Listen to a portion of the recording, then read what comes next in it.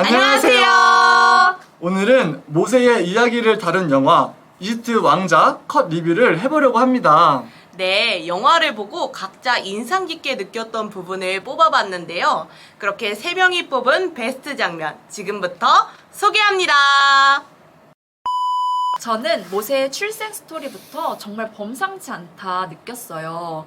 모세는 태어났을 때부터 엄청난 죽음의 위기를 맞게 되잖아요.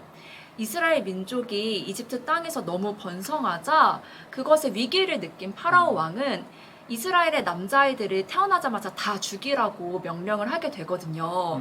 그래서 어쩔 수 없이 모세도 태어나자마자 얼마 안 돼서 상자에 담겨 강에 띄어지게 됩니다. 그런데 여기서 우리는 하나님의 놀라운 행하심을 볼 수 있어요. 상자에 담긴 모세가 그 수많은 위기를 기적처럼 넘어서 이집트 왕궁에까지가 파라오의 딸에게 발견이 되거든요. 그래서 히브리인이었던 모세는 영화의 제목처럼 이집트의 왕자로서 자라게 되었고, 결국 그 발판을 통해 나중에 이스라엘 백성을 출애굽시키는 역사까지 일어나게 됩니다. 그런데 여기에 흥미로운 비하인드 스토리가 숨어있다는 사실 여러분 아시나요? 그게 뭔가요? 이집트 왕자에서는 각색이 되었지만 사실 성경에서는 모세를 상자에 담아 강에 띄우고 모세의 누나가 걱정이 돼서 어떻게 되나 쫓아가거든요. 그러다 파라오의 딸이 모세를 발견하고 불쌍히 여기자 누나가 짠 나타나서 그럼 제가 한번 유모를 구해볼까요? 하게 됩니다. 여기서 퀴즈! 과연 모세의 누나가 구한 유모는 누구였을까요? 정답. 정답. 모세의 엄마입니다. 맞습니다. 바로 모세의 엄마 요게벳이었습니다. 그래서 결국 모세는 목숨을 구했을 뿐만 아니라 다시 엄마를 만나서 엄마의 품에서 자라게 되고, 또 모세의 엄마는 유모로서 돈도 받고 모세를 키우게 돼요. 완전 일석삼조인 거죠. 정말 대박이지 않나요? 대박이네요. 이걸 보면서 역시 하나님의 행하심은 진짜 오묘하고 신비하다 감탄하게 되었습니다.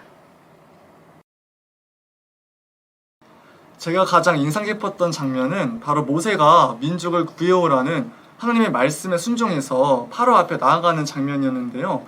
예전에는 모세가 워낙 대단한 인물이다 보니까 나와 똑같이 한 사람으로서 모세가 겪었을 어떤 심정이나 감정에 대해서는 크게 생각을 못 해봤던 것 같아요.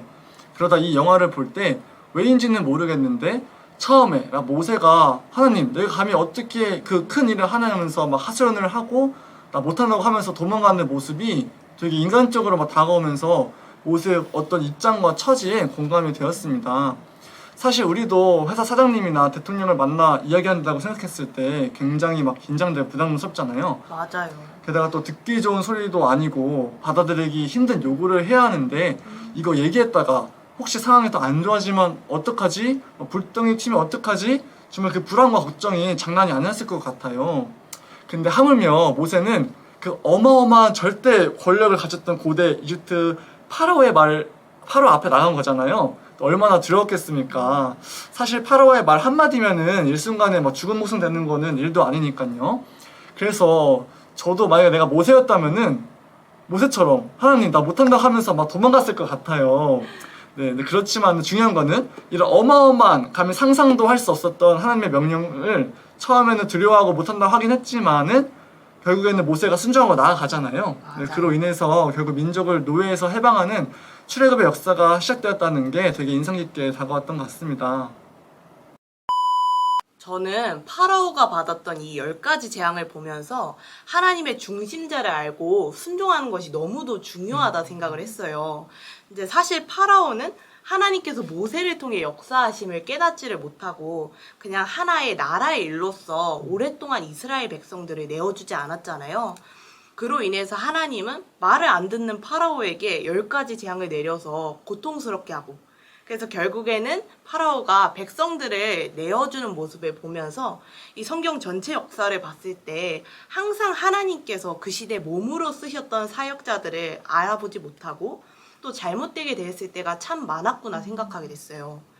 이제 이 이야기의 모세도 그렇고 엘리야 그리고 예레미야, 예수님과 또 예수님의 제자들도 사람들이 알아보지를 못하고 심지어는 죽음까지 몰아가면서 이렇게 잘못 대하기도 했는데 산 가운데 정말 주께서 누구를 쓰실지 모르는 거잖아요. 맞아요. 그러니까 항상 저희가 열린 마음을 가지고 하늘 앞에 정말 분별의 지혜를 달라고 간구해야겠다고 생각했어요.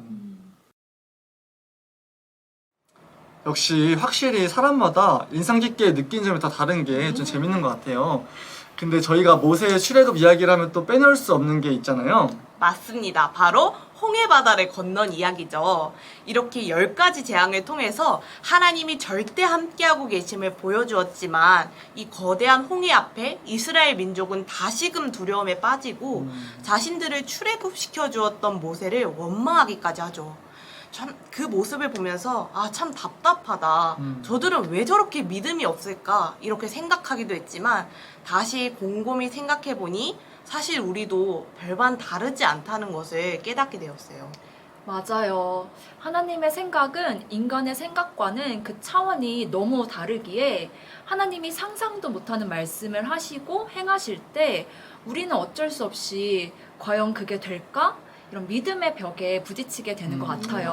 맞아요. 그런데 모세도 그렇고 또 성경의 수많은 인물들도 모두 그럼에도 불구하고 하나님을 믿어드리고 또 사랑하니까 순종하며 행했더니 결국은 하나님의 어마어마한 역사가 일어났잖아요. 지금 우리에게도 그와 같이 행하시는 하나님이시라는 것을 기억하면 좋을 것 같습니다. 아멘. 네, 이렇게 오늘은 이집트 왕자 영화를 보고 각자 느낀 점을 이야기해보는 시간을 가져봤는데요. 하나님은 어떻게 역사를 이루시는지에 대해서 생각해볼 수 있었던 시간이었던 것 같습니다. 그럼 저희는 다음에 또 유익하고 재밌는 컨텐츠로 돌아오겠습니다. 안녕.